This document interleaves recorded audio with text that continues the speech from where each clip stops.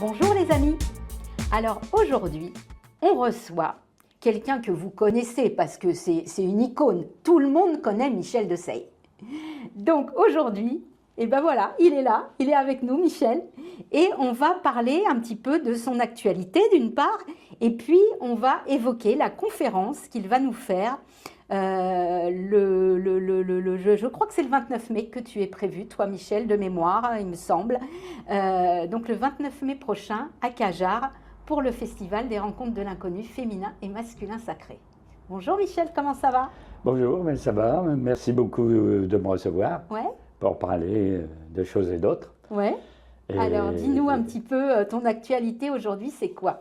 Eh bien, Toujours très l'actualité- occupé. Voilà. J'ai toujours très occupé, mais l'actualité est quand même très réduite Ouais. parce que la période hivernale, je ne vais pas en déplacement dans le pays. Mhm. Il n'y a que quelques conférences qui se font chez moi. Ouais.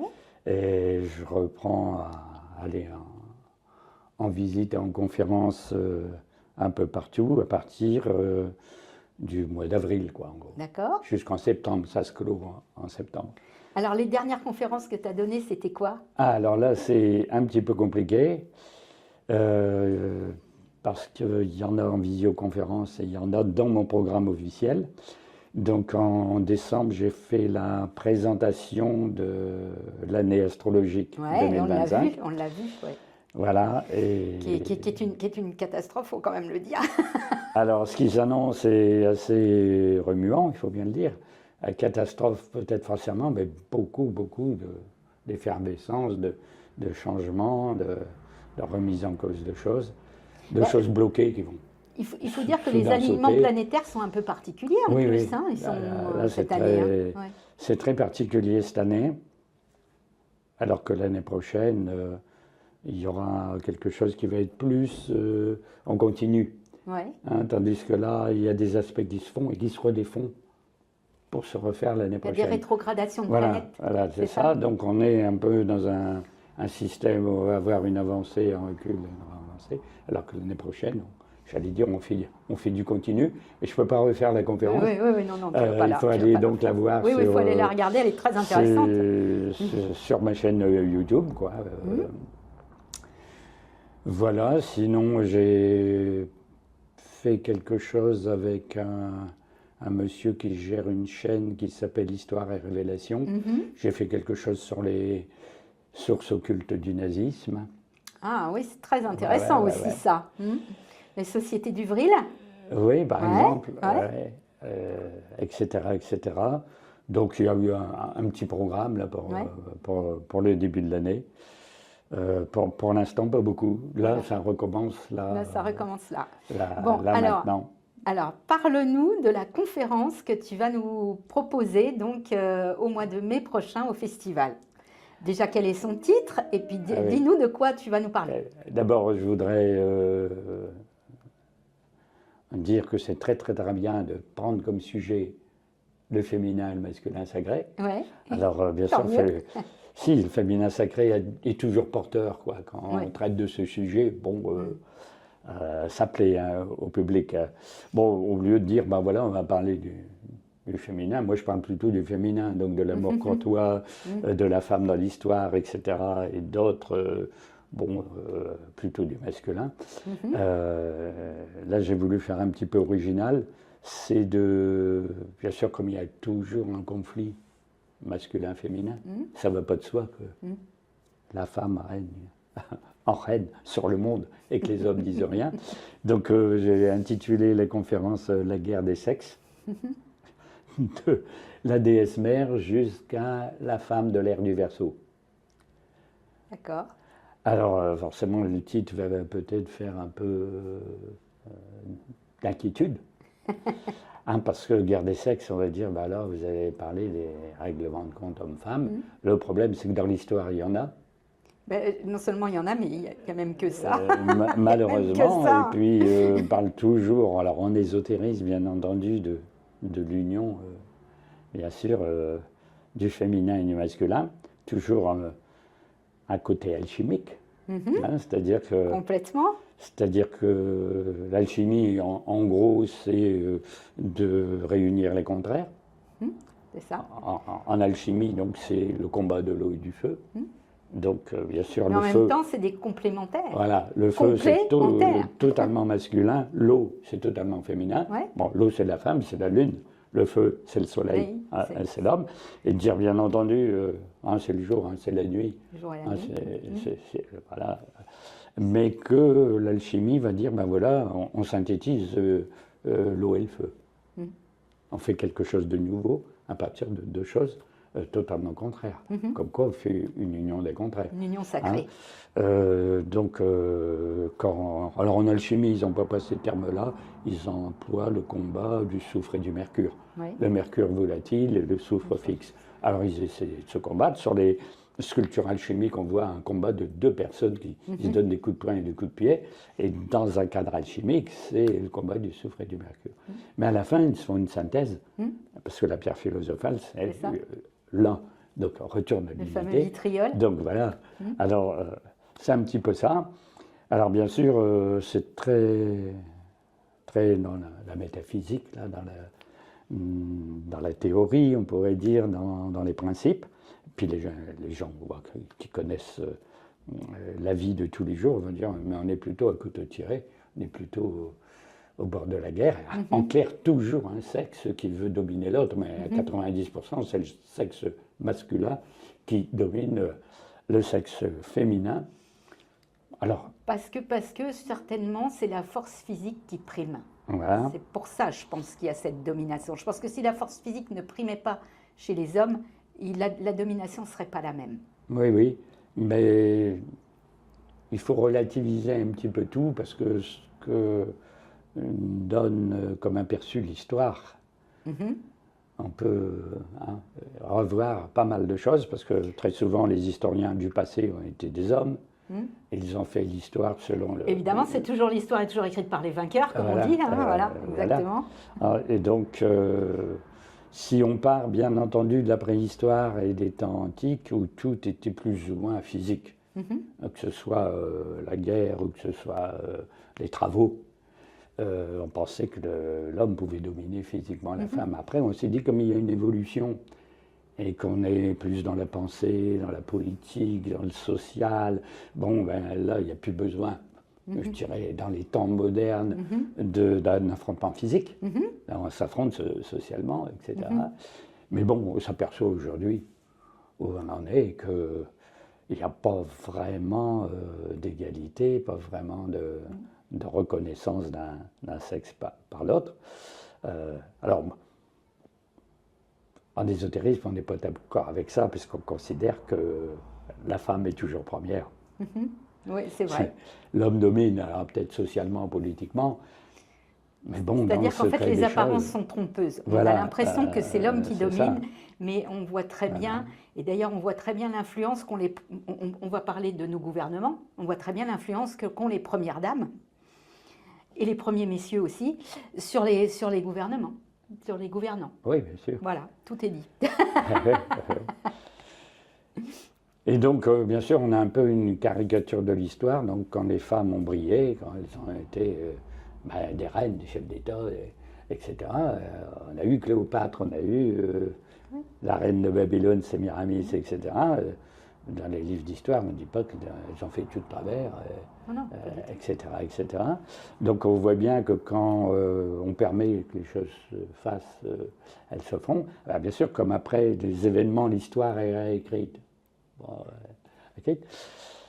Et moi, je crois qu'en fait, il y a beaucoup de violence, on ne peut pas nier, surtout aujourd'hui. Hein. Aujourd'hui, le féminin sacré, c'est plutôt les femmes bas sacrées. Un peu partout. Les féminicides, les exécutions en Iran, etc. etc. On se dit, c'est ultra violent, alors que la période de la libération de la femme. Oui, a eu lieu, mais rien n'a vraiment changé, en fin de compte. Et on voit que rien n'a vraiment changé. Et ce que je pense au fond des choses, c'est qu'en fait, la femme est dominante et que le combat de l'homme, c'est pour la réduire. Donc, c'est pas pour dire, t'es en bas, tu restes, je t'écrase de mon pied. Mais non, elle est beaucoup trop forte, on leur donne beaucoup trop d'importance, donc il faut toujours un dénigrement, il faut toujours tordre le cou, il faut toujours verrouiller, etc. Alors si on prend des personnages historiques, là j'en citais quelques-uns, ben bon, au Moyen-Âge, on se dit, ben alors comment on explique le personnage de Jeanne d'Arc? En plein Moyen-Âge, on voit officiellement comment on explique le rôle de la femme. On se dit, ben, un cas de ce genre n'aurait pas dû exister. Hein, alors les gens disent, oui, c'est bidon, on ne faisait que se promener avec son drapeau devant les armées pour encourager les soldats. Mais on a dans l'histoire le fait qu'elle participait aux réunions d'état-major. De toute façon, quand bien même elle n'aurait fait que... elle avait quand même une influence énorme, et c'est quand même elle qui a laissé son nom dans l'histoire. Il faut quand même le dire. Alors après, qui elle était vraiment, ça c'est autre chose. Oui, ça, là, on pourrait en discuter alors ça, pendant... ça c'est toute une histoire que j'ai déjà racontée dans une conférence sur l'histoire secrète de la France, la période Moyen-Âge. Bon, là, forcément, qui est le personnage en question pour avoir pu faire ce qu'elle a fait. Là, c'est probablement pas la petite bergère dont on nous parle. Là, ça c'est à peu près sûr. C'est vrai que voilà. Et donc c'était un personnage quand même en histoire important, reconnu, hein, puisqu'on dit c'est elle qui a décidé qu'il y aurait le siège là, qu'il fallait poursuivre les Anglais là, qu'il fallait à tout prix que c'était un stratège. Aille se faire sacrer à Reims, et les autres disaient oui, mais ça on a le temps, mais ça demain, mais ça non, ça avant ça, non, comme si elle avait un plan. Elle a déroulé un plan. Alors bien sûr, il s'est passé ce qui se passe toujours, on en revient à la violence contre les femmes. C'est pas normal qu'une femme soit comme ça, donc c'est peut-être un homme. Voilà. Et puis, voilà. Oui, d'ailleurs, il y a eu des vérifications comme quoi elle était bien une femme. Oui, enfin, parce que le bruit a couru, donc il y a eu des vérifications par le clergé. Donc, on voit bien que ça ne va pas de soi. Et puis, toujours quand une femme est trop forte et qu'on n'arrive pas à la réduire, eh bien, on va l'accuser de sorcellerie. On va dire des pouvoirs pareils, non. C'est pas humainement possible. Donc, visiblement, elle recourt à quelque chose. Donc, il y a eu un procès en sorcellerie. Oui, tout à fait. C'était des procès d'inquisition de l'époque. Hein. C'était, donc tout procès, c'est homérique, hein, je ne reviens pas là-dessus, pour qu'elle avoue donc, un contact avec elle. Et on voit bien que ces procès d'inquisition, en fait, ça touche aussi bien Jeanne d'Arc que les Cathares, que les Templiers. On voit que c'est tout la même logique dans tout ça. Bien sûr. Bon, les Cathares, pareil, qui permettaient aux femmes d'être des parfaites. Exactement. Donc, il y avait les parfaits, les parfaites. Parce que pour eux, il y avait une vraie égalité au niveau de... Absolument, Il n'y avait pas de différence en termes de pouvoir homme-femme. C'était très... Toujours, hein, parce que bon, dans l'Antiquité, les femmes étaient prêtresses. Chez les druides, il y avait des druidesses. Bien sûr. Et quand on rentre dans les religions monothéistes, le féminin ne participe plus du tout aux fonctions sacerdotales. Absolument. Alors que le message du Christ, il allait vraiment plutôt dans l'autre sens. Et on voit bien l'importance qu'il avait donnée à Marie-Madeleine, que d'ailleurs les autres apôtres ne supportaient pas. Ils avaient beaucoup de mal avec ça. Tout à fait. Et ça, on connaît un petit peu l'histoire secrète de ce règlement de compte. Donc tu vas nous parler de tout ça. Ben oui, en très résumé, puisque alors, il faut qu'on en sait. Moi, il y a un truc qui m'interroge dans le titre de ta conférence, c'est la femme du Verseau. Alors, parle-nous de la femme du Verseau. Alors, c'est quelque chose de particulier parce que, alors là, on rentre dans la doctrine des cycles. Donc, il y a un cycle de 26 000 ans qui se finit. Voilà, la précession des équinoxes. Et qui se finit par l'ère du poisson, l'ère des poissons. Qui est notre ère en train de finir, les 2160 dernières années d'histoire. Et là, on est dans les dizaines des dernières années. Oui, parce qu'en plus, on dit que ça dure 2160 ans, mais c'est pas, ça peut varier d'un cycle à l'autre. Voilà, c'est une fourchette, mais on peut dire autour de 2000 ans, quoi. Donc c'est vrai que ça a commencé avec Jésus, l'ère du poisson, à peu près. Donc on est en plein dedans, quoi. Du début du christianisme, de l'avènement de Jésus-Christ, parce que le christianisme, en tant que religion, quand même né un peu après. Donc bon, on clôt la période du dernier cycle dit des poissons, mais on clôt les 12 signes zodiacaux depuis le premier de On clôt le cycle de précession entier. Donc on repart sur... totalement nouveau. Donc ce cycle, en fait, fonctionne à l'inverse des signes astrologiques.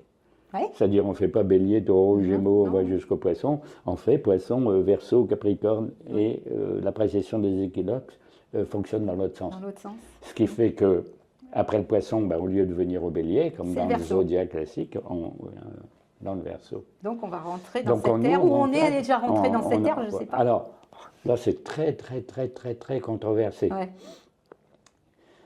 J'ai déjà fait la conférence, je ne peux pas la refaire. Non. Parce que c'est très, très long. Parce que pour certaines personnes, on avait déjà commencé l'ère du Verseau au 19e siècle. Ah oui. Certains même Là, j'ai des doutes. à la Révolution. à la Révolution. Ah oui. Oui. Il y a tout un tas d'arguments là-dessus. Enfin, les gens ont cru que quand il y avait eu... Enfin, les gens. Les personnes qui ont parlé de cet événement, à partir du moment où il y a eu la Révolution américaine, la Révolution française, d'autres révolutions, on dit, c'est l'ère nouvelle. Et dans Nostradamus, on dit bien qu'il y aura des événements fracassants, on ne reconnaîtra plus le monde. Apocalyptique. On dit, voilà, là, on est déjà... Alors, vu ce qui s'est passé pendant la Révolution, on dit, vous voyez que tout est nouveau, on a renouvelé le monde, quoi. Alors après, il y a la fameuse année 1962. 1962, cette année-là, en février, il y avait 7 ou 8 planètes en Verseau. Et les gens qu'on met dans la catégorie New Age, on dit, voilà l'ère du Verseau, parce que qu'est-ce qui pourrait être plus Verseau que cette année? Alors, il ne s'est pas trop passé grand-chose. Alors, quand je dis il ne s'est pas passé grand-chose l'année 62, il s'est passé énormément de choses dans le monde et en politique. Bien entendu, oui, cette année-là, mais pas au basculement d'air. Ouais. Alors, pour certains, donc on est déjà dans l'ère du Verseau depuis 2 siècles, d'autres depuis 1962. Depuis 60 ans. Et puis d'autres l'annoncent tous les jours en disant, allez, c'est le tournant, c'est pour bientôt, etc. Et à ça, je réponds toujours, non. L'ère est encore à venir. Alors pourquoi? Parce qu'on ne peut pas avoir une ère du Verseau avec ce qui se passe. Alors là, si on veut qualifier, je suis d'accord avec toi. Si on veut qualifier l'ère du Verseau, on va dire, ce signe-là en astrologie, même là en astrologie mondiale, en astrologie cosmique, c'est une ère de fraternité, c'est une ère de transcendance, c'est une ère où on a rétabli les vraies valeurs, c'est une ère où règne l'esprit, peut-être même le Saint-Esprit, c'est un signe d'air, ceux qui ne connaissent pas trop l'astrologie. Alors moi je connais parce que c'est mon signe. En plus. C'est mon signe, je suis Verseau. Donc voilà, tu comprends parfaitement Absolument. toutes ces qualités que doit avoir la nouvelle ère. On ne voit rien de tout ça. Ah non, donc on ne peut pas être dans l'ère du Verseau où il y aurait toutes ces caractéristiques-là, puis dire, on constate tous les jours l'inverse. Mais par contre, on peut peut-être se dire que depuis la Révolution jusqu'à nos jours, ce sont les prémices justement de l'effondrement et de l'apocalypse dont parle Saint Jean pour qu'il y ait l'avènement justement de cette ère. Alors absolument. Alors vu sous cet angle-là, c'est beaucoup plus logique de dire que comme l'ère ancienne s'effondre, et bien on a tous les ingrédients d'un effondrement qu'on présente toujours comme étant quelque chose de nouveau et de formidable, mais qui sert à faire s'écrouler tout le système. Et bien sûr, en coulisses, tous les ingrédients de l'ère nouvelle se préparent. Alors, ça, c'est la bonne nouvelle, finalement. Alors là, c'est la bonne nouvelle. De toute façon, c'est obligatoire qu'après une ère qui finit, il y en a une qui commence. Donc on ne peut pas dire, sinon on arrête tout, le cosmos s'arrête, ça n'a pas de sens. Donc on va dire, voilà, là il y a une ère qui finit, et tout le monde sent bien que ça finit. Puisqu'il n'y a plus rien qui tient debout, puisqu'il n'y a plus aucun ordre, plus aucun respect de rien, puis ceci, on va dire, vous n'allez pas faire une ère de Verseau avec ça, bien sûr, mais se prépare, j'allais dire, le renouveau. Donc tous les gens qui travaillent, j'allais dire, dans la fraternité, dans l'universel, dans les grandes machins d'unité mondiale, etc., mais pas comme ce qu'on fait aujourd'hui. C'est-à-dire, si on prend la caricature qu'est l'Europe, en disant, ben voilà, l'Europe, on a bien fait une unité. Alors, vous voyez bien que ça va dans le sens de l'unité. Et dire, mais vous avez vu l'unité? Mais c'est une unité diabolique. Oui, voilà. Alors, C'est une unité satanique. plutôt que d'avoir une unité, on en a le contresens. Ben alors, c'est une unité parfaite, mais diabolique. Oui, oui. Puisqu'on va dans le mur. Alors, on dira là, quand on parle d'unité, on va dire, oui, mais on l'a déjà, l'ONU, c'est bien l'unité. On va dire, non, ne plaisantez pas. C'est pas du tout ce genre d'unité-là. On voit bien avec la guerre en Ukraine, rien que ça, c'est déjà un symbole que l'ONU, ça ne peut pas être une unité. On voit bien comment c'est divisé, comment c'est... Ouais. Bien entendu. Donc, si on juge ça, alors là, bien sûr, c'est très... Comment dire? C'est très critiqué, il faut apporter les preuves un peu de tout. Bon, enfin, c'est un schéma global, hein. Après, dans le détail, vous avez tout un tas de choses. Bon, pour en revenir à ça, moi, quand j'interprète la Révolution française, je l'interprète toujours comme le plus abominable drame anti-traditionnel et anti-spirituel pouvant exister, où, sous prétexte d'un nouveau monde, on a fait des futurs malheurs. C'est ça. C'est ça. Bon, mais tu avais fait une conférence d'ailleurs là-dessus, je l'ai vu, ta conférence sur la Révolution française, et où tu nous expliques qu'elle vient de la franc-maçonnerie. En partie, hein, parce que tout n'est pas... Mais enfin, la franc-maçonnerie, les illuminés de Bavière, d'Adolf Weishaupt, n'est pas etc. forcément à 100% issu de la franc-maçonnerie. Enfin, il y a toutes leurs nouvelles, les idées nouvelles, etc. Justement, la République, la démocratie... les droits de l'homme me dit, qu'est-ce que vous voulez être contre ça, c'est beau. Oui. Et puis c'est bien nouveau par rapport à ce qui se passait avant. Mais qu'est-ce que ça a donné 2 siècles après? Où sont les droits de l'homme aujourd'hui? Où sont les droits de l'homme? Puis on en a de moins en moins, parce que tu vois un petit peu les censures dont on est l'objet, dès qu'on ne pense pas comme pense le gouvernement, on est mis à l'index, on est vilipendé. Donc on voit bien que c'est pas... Et toi, alors, dans une de tes conférences aussi, j'avais vu que tu avais fait un parallèle entre la précession des équinoxes, et donc qui est la doctrine occidentale, et la doctrine orientale qui est les Védas et le Kali Yuga, etc. Les yugas, et qui correspondaient. Tu nous expliquais ça. Alors c'est beaucoup plus compliqué parce que les cycles hindous sont beaucoup plus longs. Oui. Hein, donc il y a 4 cycles, ce qu'on appelle des yugas, dont le dernier c'est le Kali Yuga qui dure plus de 6000 ans. Et donc dans ce fameux yuga qui est 6480 ans, etc. L'âge noir, en fait, ça veut dire l'âge de Kali, la déesse Kali, qui est une terreur. Oui, absolument. Avec sa langue verte là, et ses 6 bras. Mais correspond à 3 signes zodiacaux de notre précession des équinoxes. C'est-à-dire, nous, nos 6480 ans, c'est 3 fois 2160, et c'est taureau, bélier, poisson. Taureau, bélier, donc, bien sûr, si on remonte le cycle, on a pareil, on a une grande partie de signes de précession des équinoxes de 26 000 ans, alors que les cycles hindous, c'est 86 400 ans. Mais ce qui est intéressant, c'est la synchronicité qu'il y a par rapport à la fin de l'ère, à la fois au niveau de la précession et au niveau des donc pour l'Inde, ils sont comme ça. Pour nous, c'est des aires un peu plus petites, mais à la fin, on va arriver à l'état, disons, final, au même moment.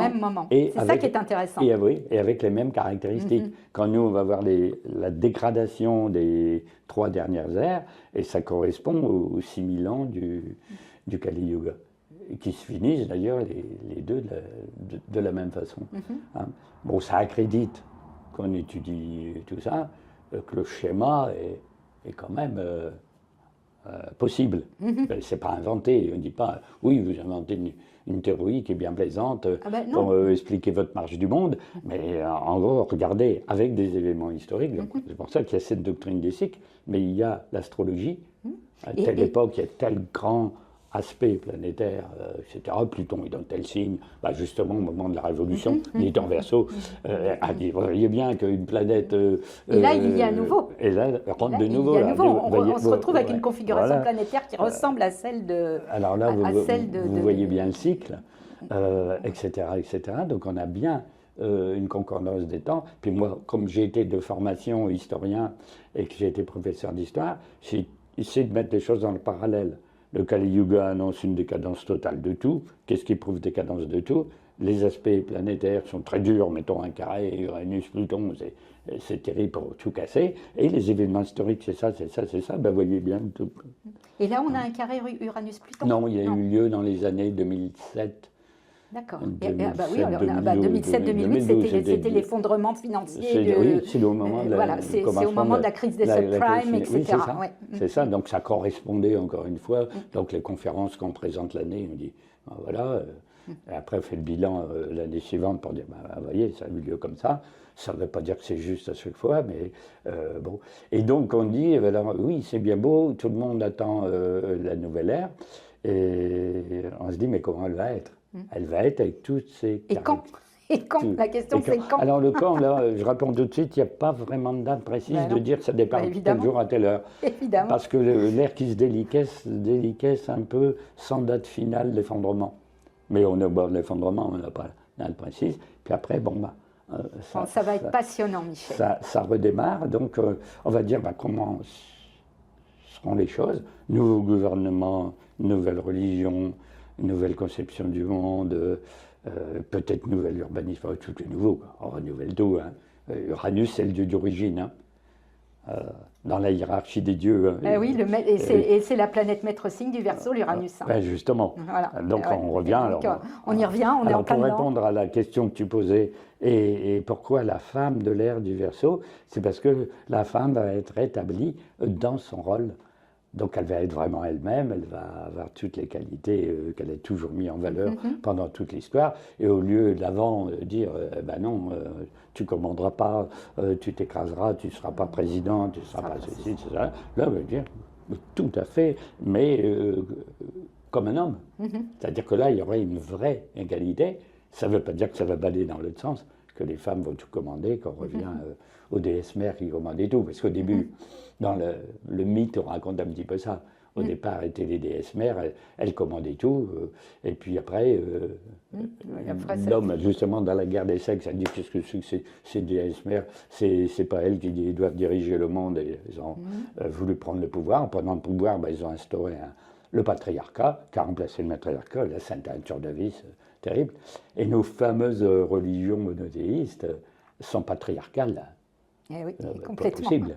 Complètement. Possible. Alors même s'il y en a qui disent que non, il y a toujours qui disent oui, mais le message de l'Église, mais vous comprenez, vous ne voyez pas la place des femmes dans l'Église. Non, il n'y a pas la prêtrise, il n'y a pas de cardinaux, femmes, donc vous chercherez la présence de la femme dans la religion. Alors si, pour servir, pour machin, oui, ça va. Oui. Choses comme ça. Oui, alors voilà, donc il faut s'attendre à ce que la femme dans l'ère du Verseau soit vraiment femme avec un F majuscule. Écoute Michel, ça va être passionnant, cette conférence, j'en suis convaincue. Merci. Je te remercie pour ce bon moment qu'on vient de passer. Moi j'ai beaucoup aimé.